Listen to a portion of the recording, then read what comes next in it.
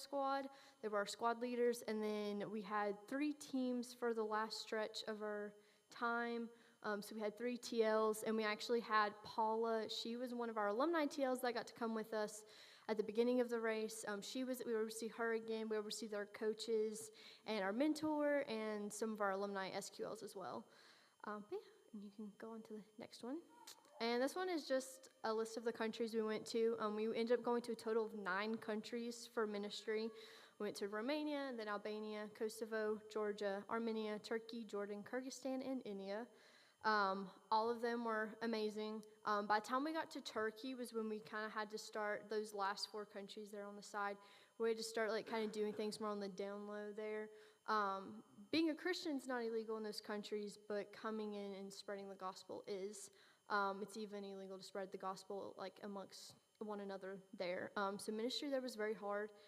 We had to do a lot of like protective things in the process, as in like I have a blog, but like I had to put a password on my blog and be very careful with the words and terminology I used.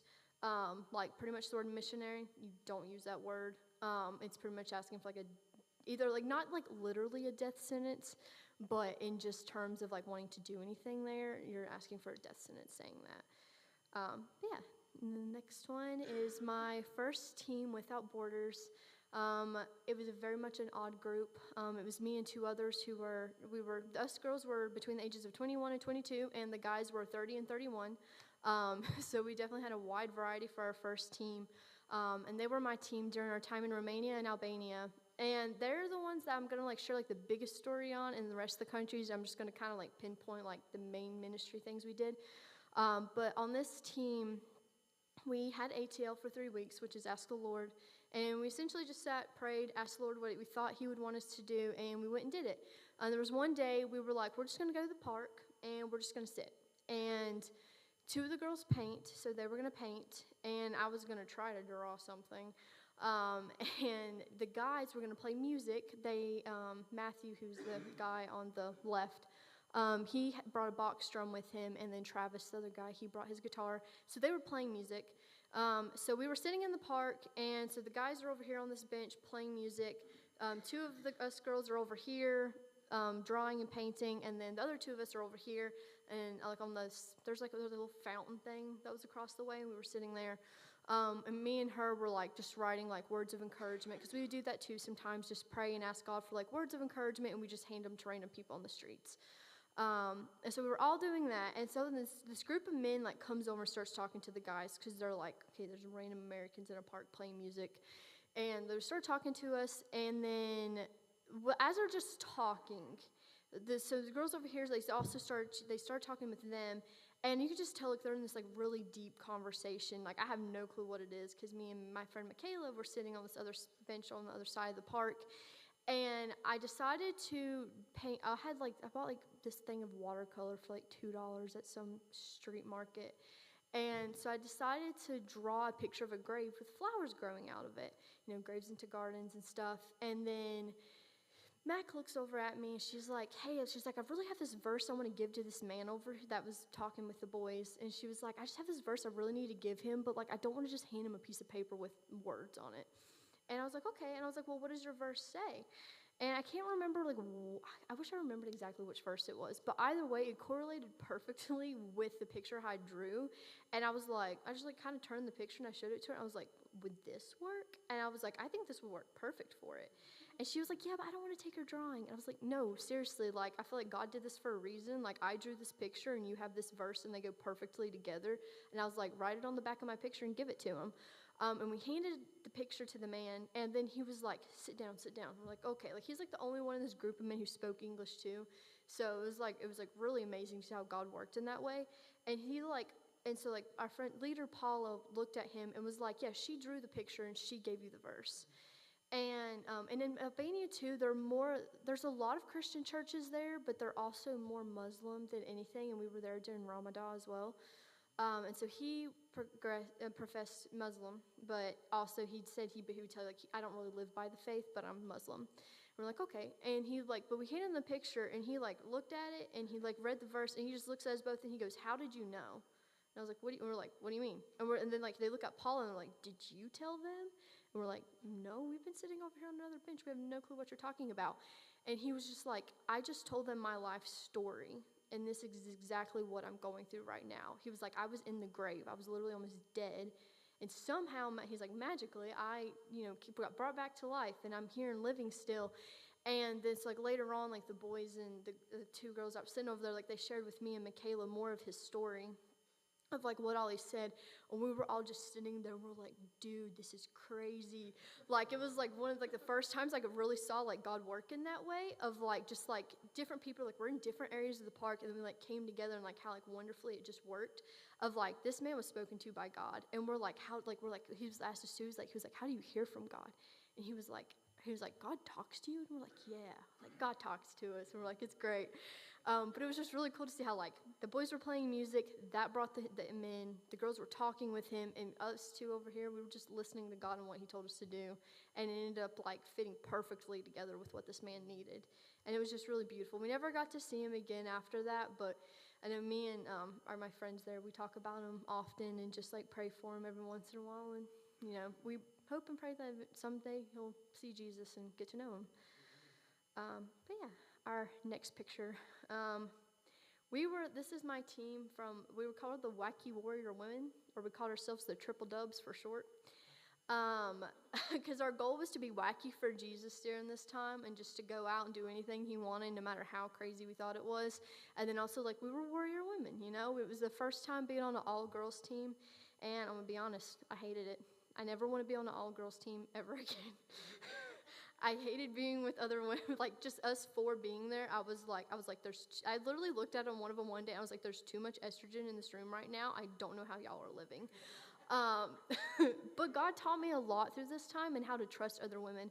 I've been hurt by a lot of women in my life, so that was really a good time for me to grow, and I had to trust them, and I had to learn how to live with them for 2 months.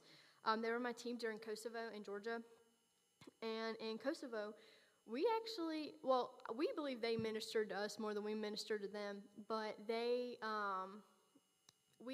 had to come up with something to abandon that month, so we decided to abandon plans, which led to us hopping on a bus, driving to a city named Podiev, which is an hour outside the capital, getting followed by a strange man on the street, finding a cafe to go to, finding out it was an all-men's cafe after we entered the cafe.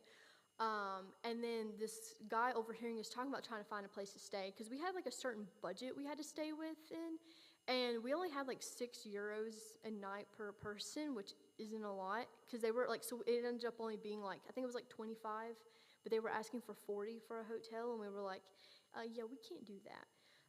So this random man found us. We were talking to him about it. He offered us a ride to the middle of the woods to go camping. First night there, we camped. Which this was from in Georgia.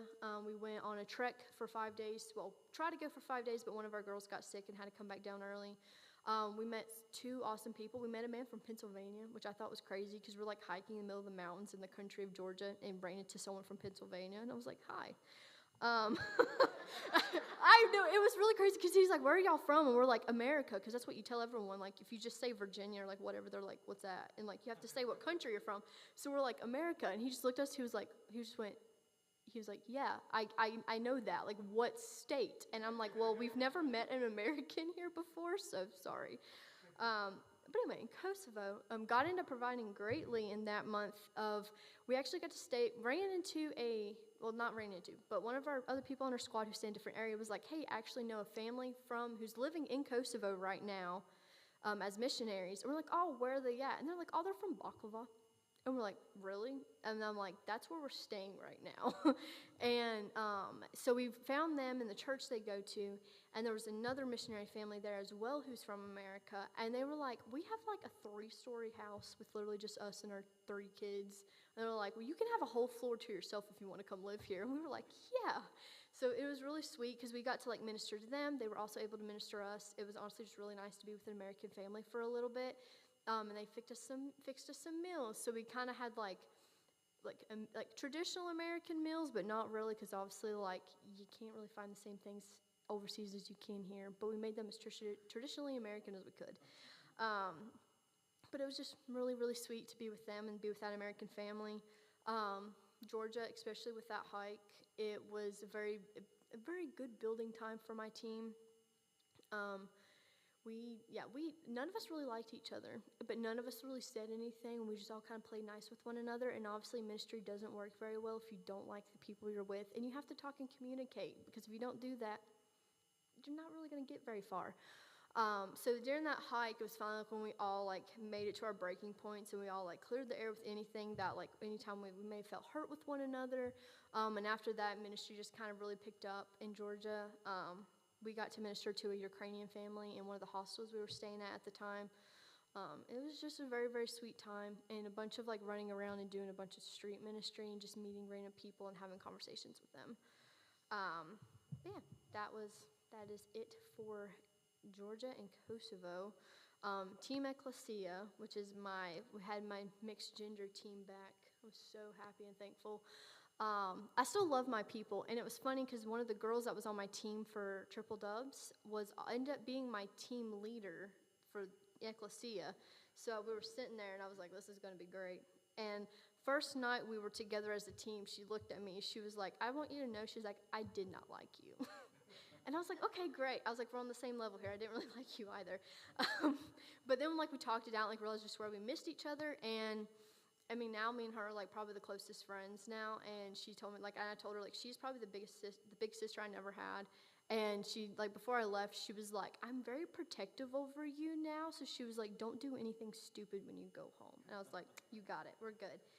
But this picture was in Armenia, and we worked with Cru there, which is like, was it Campus Crusades, I think?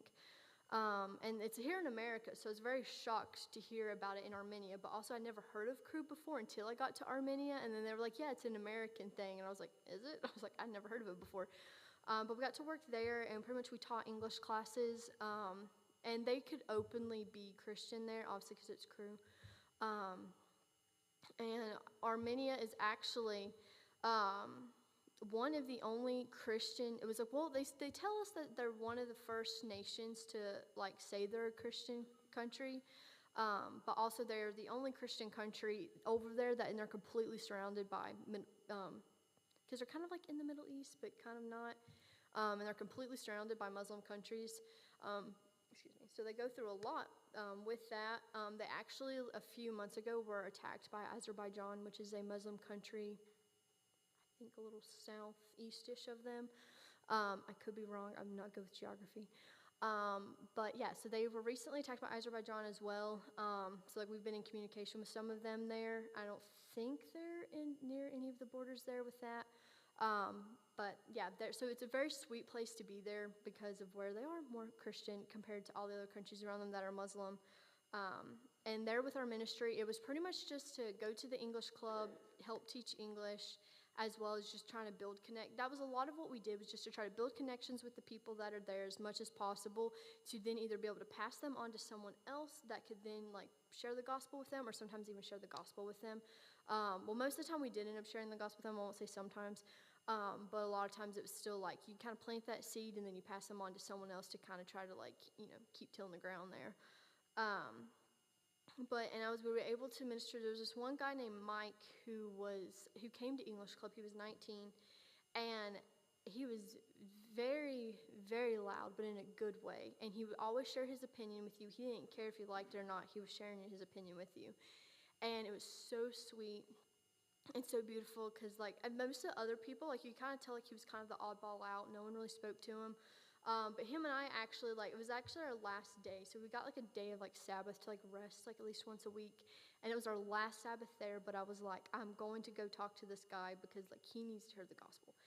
And so we went and talked to him, and we're sitting there, and he was, like, asking, like, all these, like, deep questions. And I was like, yeah, I'm like, you've asked these questions before. He's like, yeah, he's like, I've seen world racers here before.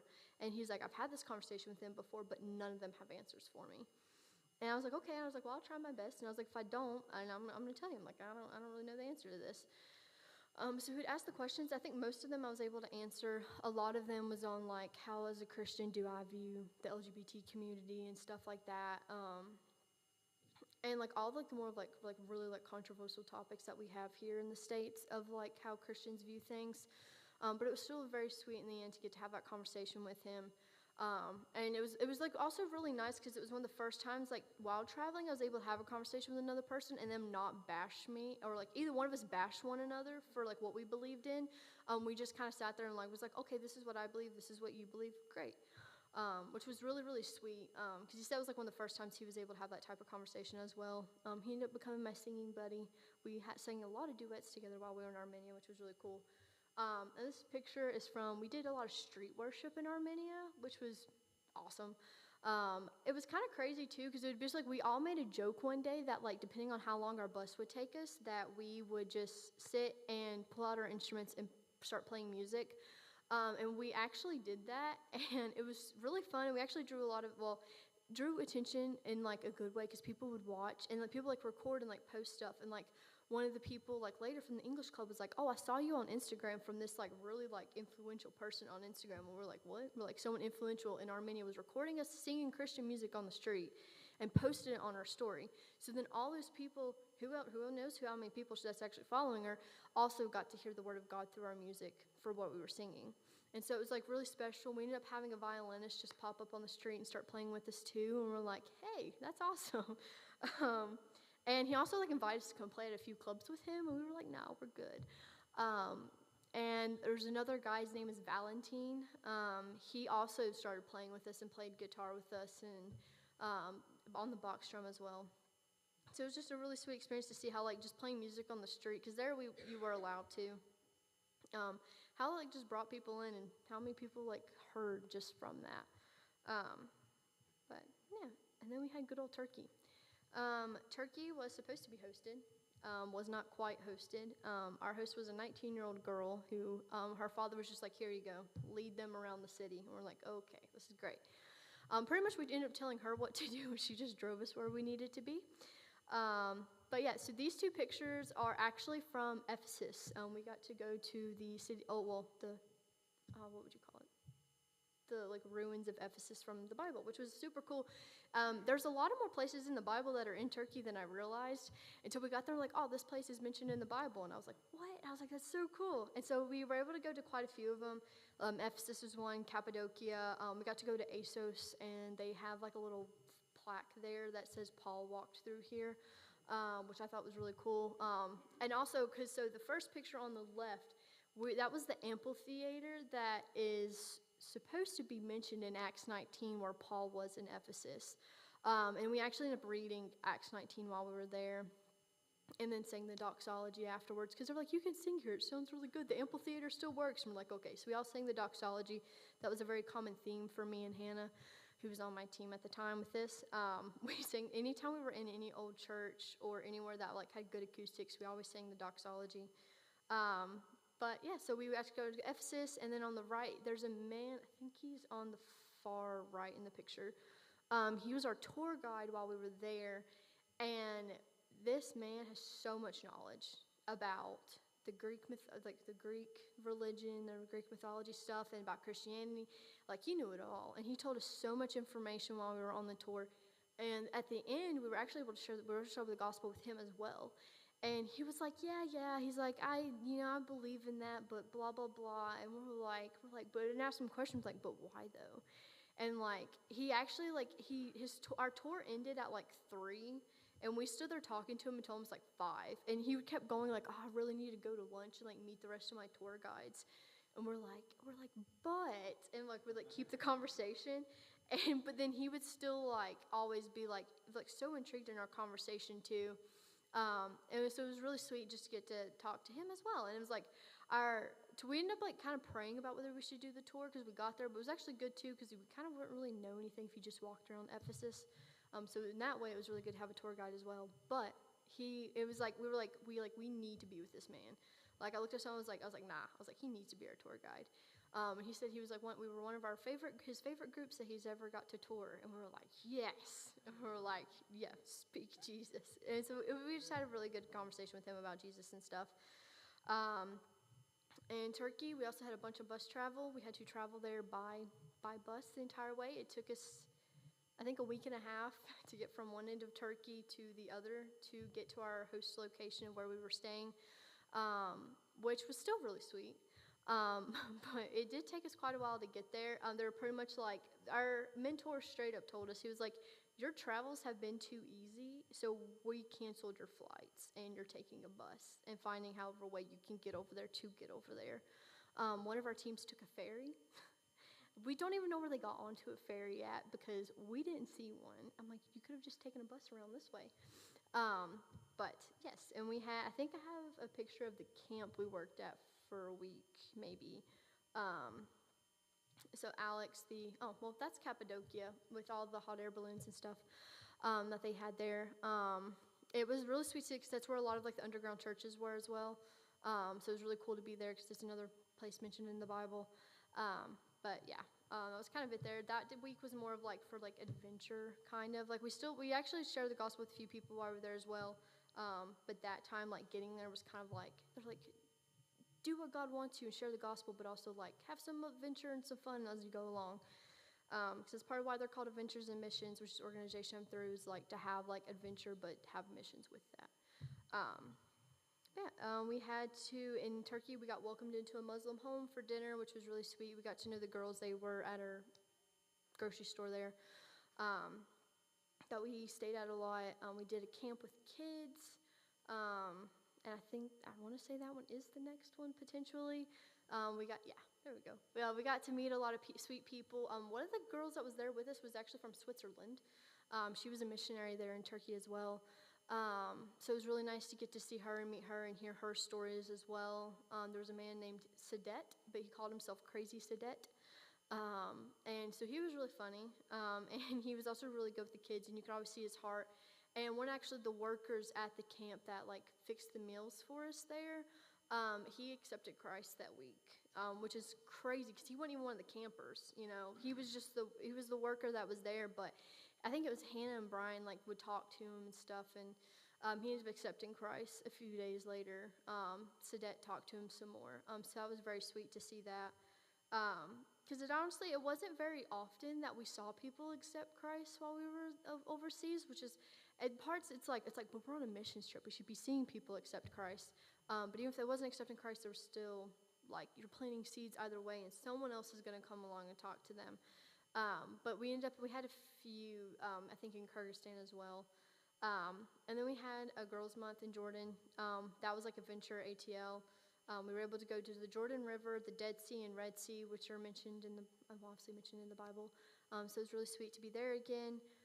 There for ministry, we ended up doing we tried to go to a Habitat for Humanity place and work with them. And then it turned into us getting put in a car and paraded around and taking pictures with people and thanking them for the work they've done, even though we had no clue what work they had done. We also got put on the Jordanian news. So we're on the national news of Jordan, if anyone wants to see that. But they were talking about like a place for that, and again, they were like, and that was like a really major battle in Jordan for me especially, but I know for a few others, of like questioning like, why are we here? Like, we're supposed to be on a mission trip, we're supposed to be doing work, and for God, and all we're doing is getting paraded around like celebrities, and it really like took a toll on me because I was like, this is stupid. I was like, I'm not a person to be looked at and have pictures taken of me. I'm like, I'm supposed to be actually helping people. But then there was like, we had a family that we stayed with, and that was when God was like, you are helping people, you're helping this family. They were a sweet Muslim family. They had 3 girls and 1 boy. And one of them was 19, 16, and then the 2 youngest were twins, and they were 8. And I think when we left and one of the girls hugged me and said she would miss me and started like bawling, crying, was when I realized like, this is ministry too. We were here with this family. We were living with them. And we got to know these kids. We got to spend time with them, and we got to share the love of God with them. And even share Jesus. Like, we left, and one of the girls, I forgot her name, but she sent me a video, and she still messaged me every once in a while. She sent me a video. They were blasting Joy in the House of the Lord in their living room, because we would always blast it. Like, they would share their music with us. So we were like, hey, can we show you some of our music? And we'd play Christian music with them, and they sent us a video of them blasting that throughout their living room dancing. And I was just like, yes, that's right. There's joy in the house of the Lord. And I was like, we were like hoping like eventually, which we like kind of shared with them a little bit. But we're like, yes, keep it up. Keep remembering there's joy in the house of the Lord. He's here. He's with you. It was really a blessing to get to see that. Um, but yeah, so we had that girls' month for like a week. I think I have a few pictures from Jordan. If you want to go, yeah, that was all of us girls from All Girls Month. And why? A lot of us did question. I was like, why did they choose like the hardest country we could be in for an All Girls Month? Because it's Jordan. Most of them are Muslim. This is probably. I mean, being on an all girls team was. I mean, logically there's a large group of us, but it was still a struggle because women are not very respected whatsoever in that country. So there was like we had to deal with a few things and a few setbacks from just men and their culture while we were there, but it ended up working out fairly well. Especially when we got to stay with that family and really just minister to that one family while we were there in Jordan. And I think I might have a picture from the Dead Sea, and then that's one of the guys we had to thank. Got to go thank, and they gave us cokes. Pretty much everywhere you go, you're gonna get a cup of tea or a coke while you're there. But yeah, and the next that was also that's when we did our interview with the news, and we were there at this water place. It's like a little restaurant, but you sit in a table in the creek with your feet in the water. It was really beautiful though. They have ducks swimming around above you. But yeah. And yes, that was from Wadi Rum, which is where Petra. It's near Petra. Petra's not there. But that was a desert we got to go to while we were there, and we got to minister to some people. That is supposed to be Jesus' where Jesus got baptized at. It was very cool to see and very kind of humbling to see because that's what it looks like. Well, if that is the correct spot, I won't say that actually is, but it's where they believe Jesus was baptized was at. And it was kind of humbling to see how like small and like dainty it looks now, which obviously like the Jordan River flowed through there about 2,000-ish years ago. But yeah, and then that was the Jordan River now, and where people would go and get baptized. The side that I'm showing is the Israeli side. We were also on the Jordan side, but that was the Israeli side. And a lot of them would go and wear these white robe things and then go in the water and then dunk themselves 3 times. And they did that very periodically. It's like a religious tradition for them over there for them to do. But yeah. And okay, yes, now we're in Kyrgyzstan. Kyrgyzstan, last final team, last 2 months on the field.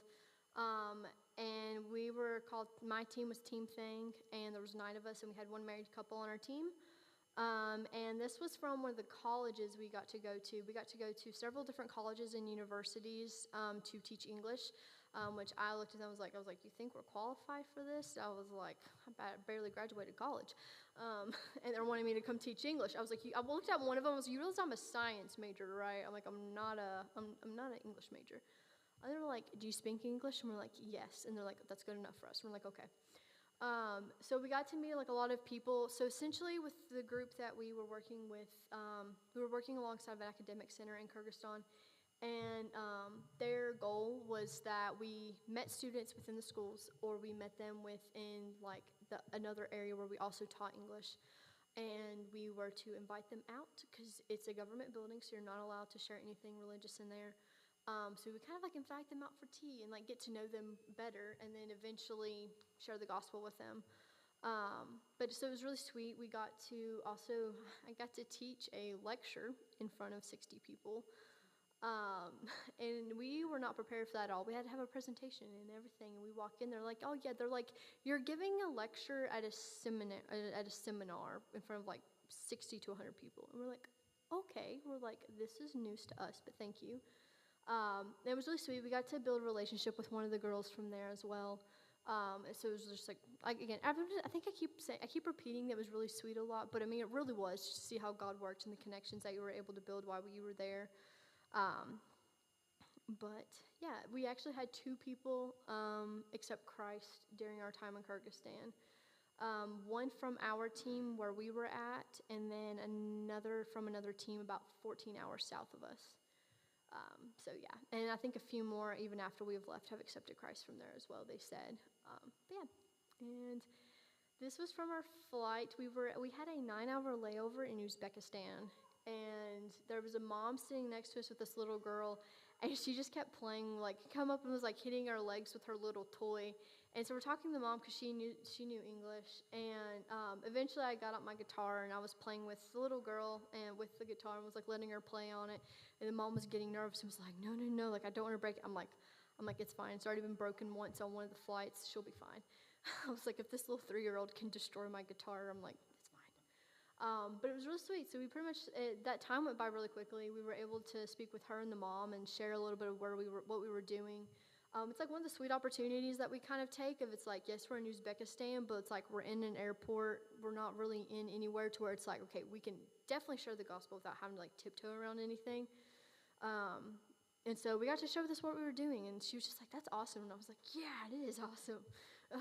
But yeah, the little girl was just so sweet. And we ended up having like a few other small kids come up to us and were like dancing with us. And it was just like one of the moments of like, I don't know, like before I would never do anything like that because I was like, well, even now, I definitely have like, I feel like I have a lot more confidence talking to all where before I was like, yeah, I was like standing back here like, But just getting to be in that airport and like talk to that little girl and the family, and then even talk to another family that was up there and got to break up a fight between two of the kids, and it was just a really sweet time in that airport, and probably one of my favorite airport layovers due to that. Yeah, and India. So in India, we had a lot of things to do. We taught devotions at schools. We helped with construction, which is what that picture was from. We also had a medical camp that was only a day long. That was like an hour away, which was like really cool. We also held a 4-day medical camp where we saw over 3,000 people, which was quite insane. I was not expecting to be that many people there because I was like, there's no way. And then they said, too, they're like, we usually have like 30 racers come in India to teach and stuff and to like help with this, and there was 9 of us. 9 of us compared to the 30 they usually have. And I'm like, okay, so we had to like come up with like a whole new way to do things, but it was still really fun and really sweet to be there. It was also really shocking. India, mainly Hindus. We got off the plane in Imphal and get on our little bus thing to then get to where we're staying at here. And we also passed all these, it's like Bible college, Bible seminary, Baptist church, Assemblies of God. And like I looked at one of my friends, Claire, and I was like, did that say Assemblies of God? And I was like, was that a church here?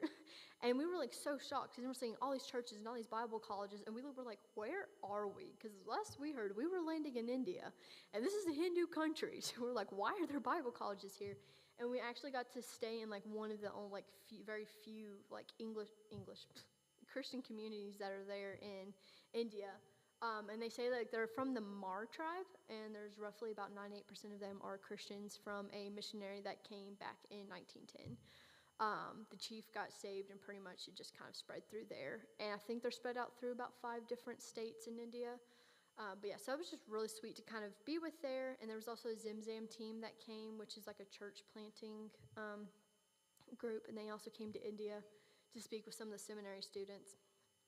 And it was really encouraging to hear them because they're older people. They've lived their life, and they're here teaching in India about things. And they gave us so many words of wisdom with like coming back home. They're like, we've done this several times. They're like, this is what it's going to kind of be like probably when you get home. So that was really sweet to see there. But yeah, I don't know what the next one. Yeah, this is our mode of transportation. There's 9 of us pretty much fit into the back of that truck and drove everywhere we needed to go. That's the vehicle we took. We went to any churches we went to go visit, as well as we went to that other village for the medical camp. And we all went and got traditional skirts from there. They're pretty much just like these long wraps, and you just kind of like wrap them around you. And the shop owner really wanted to take pictures with us in our skirts, as well as she gave us some Mar tribal beads to wear. But yeah, and that was one of the schools we went and spoke to. We usually led devotion there. They like kind of divided up between grade levels, but each time we did, there was usually about 600 people in each class, and we would like just share a little word, share a song with them. And then one day he was like, we don't want you to interrupt the class because they're studying for their benchmarks. But then he was like, but here, I'm taking you into this class to go say hi to these kids. And we're like, okay, like you just said you didn't want us in there, but all right. But it was still like really sweet. It was very distracting for us being there, totally. we felt so bad for the teachers because we're like, we're sorry, we're not trying to be a distraction for your kids, but we were. Just a bunch of there hasn't been a world race team in this area in about 2 years because of COVID. We're the first team there since. But they don't see Americans. We actually had a family drive 2 days just to see us because they heard there was Americans in town. So they drove that far just to come say hi to us. And we're like, why did you do that? We felt so bad because we're like, we're no one special. We're just here. And they were like, well, one of the people that told us, they're like, I've never seen a white person before. And we're like, okay. So they said they'd never seen white people before and wanted to come say hi to us. And we're like, okay, God loves you. But they were also from a Christian neighboring tribe, so it was really cool. That was the medical team that we had with us for that 4-day medical camp. Most of them were all from America, except for one man. He was from India, went to America for school, and then he had come back.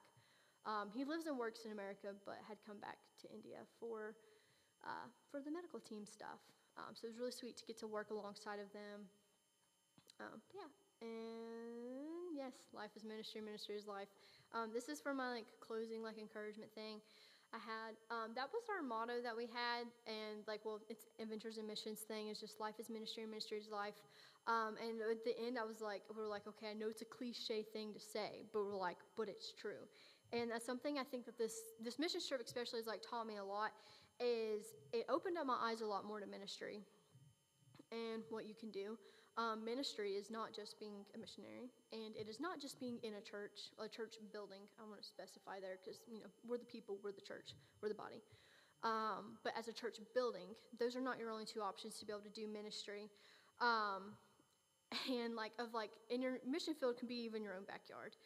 That's something I feel like God's called me to do. I want to still do missions work, but I think it's more so in here and be able to help people reach out and do street ministry and to be able to reach the people that aren't going to come into churches. I think one thing that hit me there's a lot of things that hit me pretty hard this year. But one of them was where Paul, he kept his job as a tent maker. He didn't have to, but he did because he wanted to still be able to reach those people because they're not going to be people that are going to be in the church. And that's what I really want. I want to encourage you all to do, and also myself even more to do, is there's so many people out there that need to be reached and that could be reached. And there's even if you can't help and can't really do anything, even just to sit and maybe talk with the person, or give I don't know, if you even have $1 in your wallet, give that, or even just your I said, your time and attention. That was a lot of things which I know overseas is a lot more different than here. But even overseas, a lot of times that's all the people wanted. The homeless people, they didn't care. They didn't want your money. They wanted nothing. They just wanted your time to talk and to know that they were cared and loved for because someone actually sat down and had a conversation with them. There were so many times people walk by and they're like, you're a foreigner. Why are you wasting your time? And now we're because they want someone's attention. They want to just have a conversation with someone. That's why we're sitting here. And usually most of the times they end up led into sharing the gospel with the person. And it's just so I come back to America and I see that here. And there was something in Romania that was said, and they were like, why do so many churches plan these things to be done out on the streets, but nothing ever gets done? And I was sitting in the back, and I said because I was still it's first month on the field. I'm still very quiet, and I'm not going to share what I'm thinking. But I said under my breath, I said, because the church is too afraid to get their hands dirty. And one of my alumni TLs looked at me and was like, say it louder. And I was like, what? He's like, say it louder. And I was like, and I rose my hand. I was like, the church is afraid to get their hands dirty. And that's, not every church is like that. A lot of churches do outreach, and that's great. And I've also seen a lot of times where it's become more talk about doing outreach, but not actually doing it. And that was one thing that hit me hard being back in America and going back to an American church was I was because not that they are doing that, but I would sit there and think, and I'm they're up here preaching, people are talking, they're like, this person needs to be reached here, there, whatever. I'm okay, but how many of y'all are going to step up and do it? And that's just something I want to encourage you all to find where you all can. If the Lord's leading you, where's the Lord leading you to go talk to? Is it maybe just walking across the street and go saying hi to your neighbor and ministering to them somehow? Just anything. There's a wide variety of things that can be done. And I need to do better at that too, because since I've been back in America, which I'm leaving again in a few days, but since I've been back in America, I've questioned myself. And I'm okay, what have I done? like, what have I done since being back in America? Because pretty much all well, at least I felt like I've done is jump right back into the fast pace of America and just do my job and then go work and then go home and clean and do laundry, do whatever. And that's another thing. America, we're so fast paced. It's okay to slow down and take time to talk to someone. That was something that we were at the Haynes Mall, and this lady stopped and was like trying to talk to me, but my mom was like, she's like, okay, I need $2 more to get this sale. She's like, go get something worth $2 and come back. And so like I picked up something, and this lady stopped, starts talking to me. I looked at her and I was like, I'm so sorry, I gotta go. And I like ran off, and I like immediately felt super convicted because I was like, she just wanted like 5 minutes of my time to talk, and I couldn't give it to her because my mom was kind of rushing me. But it's like I could have been like, hey, sorry, like I really need to stop and talk to this woman real quick. So just stuff like that. But yeah, I have one more slide, and I'm going to talk about what's up next for me, and then I'll be done, I promise. So CGA, Center for Global Action. Oh, and I only wrote that on there. I should have wrote it on here so I could read. But their motto that they have is know yourself, and lead others. And my reasoning for wanting to go is so that I'm able to be a better leader for those around me, whether it's on the mission field, in a church, or just out in my daily life. And because like I said earlier, for missions in your backyard. So that's their goal, is just to help you become a better leader. And so I'm wanting to do that for missions and stuff like that, obviously. So I can just be better and do my job well. I want to be able to bring people to God and bring the kingdom to them. And this is just another step in helping me better myself in that. It is a 5-month program, and the tuition total is a lot cheaper than the World Race was. This one's it's a little under $6,000. And my first tidbit of it, I have $2,000 due on Thursday, which I only have $140 so far. But it's okay. God will bless me. I am honest. Okay, I love God, and I love him to death. And I was at the end of my World Race, I was the only person still fundraising. We had to be fully funded by April. It was November, and I still was not fundraised. I didn't have all my support. And I was like, this isn't gonna work. I'm like, there's nothing else I can do. I'm like, they're gonna kick me off the field. And from the 1st of November, no, I actually was told that if I didn't get more money by a certain point, that I would get kicked off the field. And I was like, okay, because my money would be run out. And yeah. But so I got worried, and, then God came in, and I think in the beginning of November, I needed $5,800 left. And I was fully funded by the end of December and had all that money in 1 month, which I think is, I want to say, is probably the largest amount I've gotten in a shorter period of time. But it was still just really sweet to see God fulfill his promise in that. Yeah, so I need 2,000 by Thursday. I keep saying next week, but it's literally Thursday. But I will be leaving then. I'll be coming up a few more times in January because I have a few more churches I'm going to be speaking at. But yeah, I just want to ask that you guys pray. Pray for me as I'm going through this, because they said the leader of CGA straight up was like, your heart will be broken by the end of this if it's not already. I was like, great, I'm here for it. And just learning about God's love even more through that. Of obviously, none of us will ever be able to fully comprehend God's love for us. But even more in there, he's like, there's gonna be ways God shows his love to you, and you're not gonna understand. Has been kind of a common theme amongst people who have gone to CGA. So I was like, great, that's what I need, because that's something God's been teaching me now recently, is on his love. That's been a common theme of what people from my squad have told me. They'll send me random messages like, God loves you, or one of them sent me a poem, and it was called Precious, and it was about how I don't understand how precious I am to God, but essentially but that will be shown through a sunset or the love of a friend, the hug of a friend, which was really cool too, because I think I was on my way to Colson actually that day for the Christmas for the Christmas play, and I seen the sunset, and I was like, God is so freaking amazing. I was like, I love it, and then he sent me that poem about the sunset, and I was like, yes. So it just shown to be true. Yeah, just prayers for my heart in this and that. I do want my heart to be broken for what breaks is, and just for this time, and that I will learn and walk away with an even bigger lesson than one I already have. And just pray for funding and support and all those lovely things. But yeah, that's all I have for you guys. Thank you for letting me speak.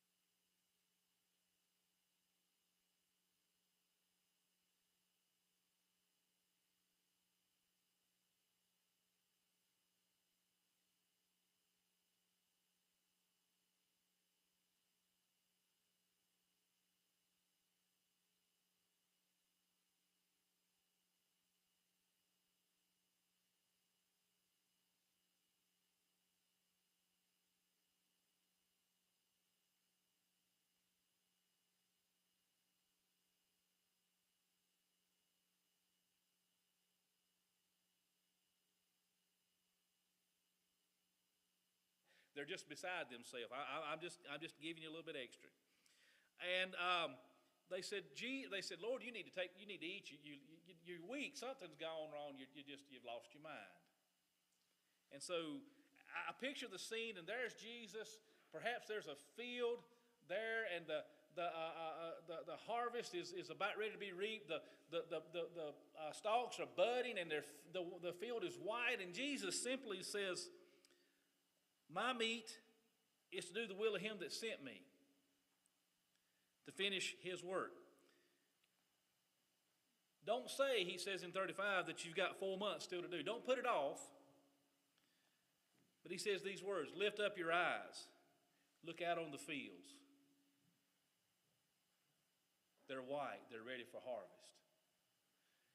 And you think about the community in the area where you're at today, and you just like Jesus, let Jesus give you a fresh visual, a fresh look, and see how white, how ripe the field around you is to harvest. I said, I'm not here to bust bubbles, and let's be real about it. Most of us will never go to the foreign soils of this world and share the gospel. But we can send, and we can provide, and that's what I want to leave with you this morning. How can we share in mission activity like this? Well, of course, by giving.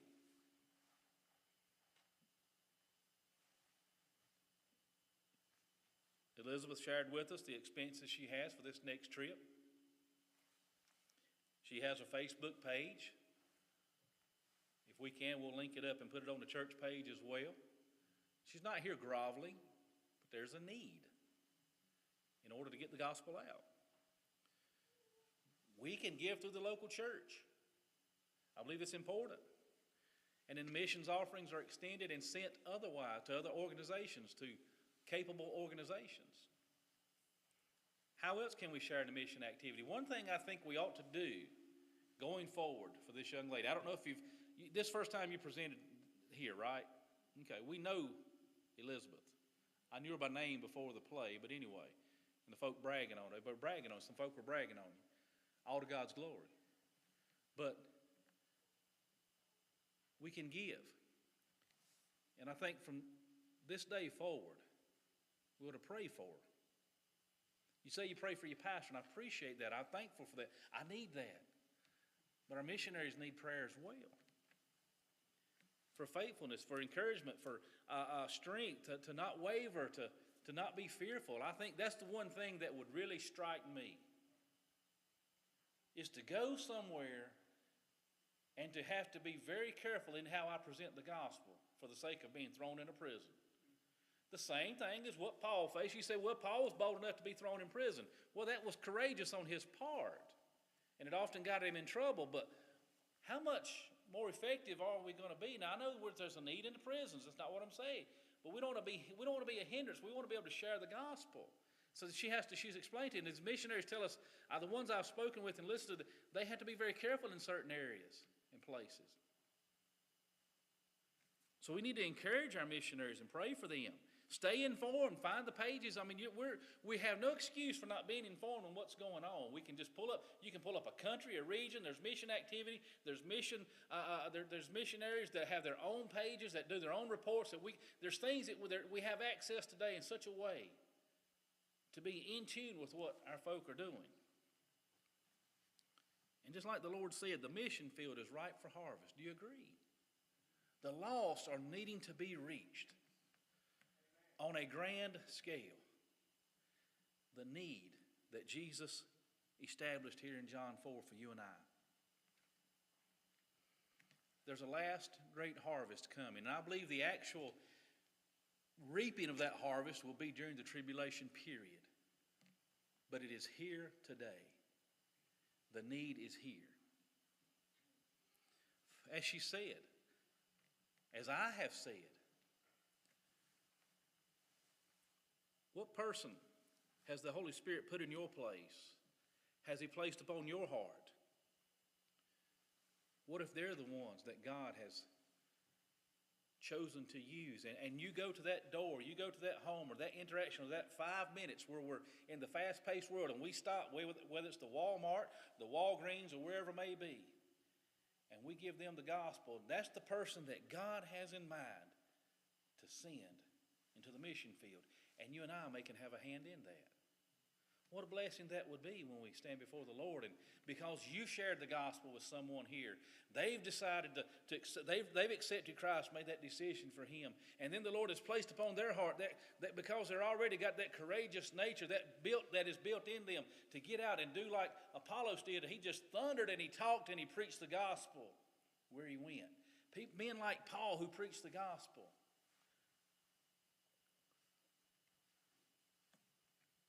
Your and my obedience in sharing and sowing the gospel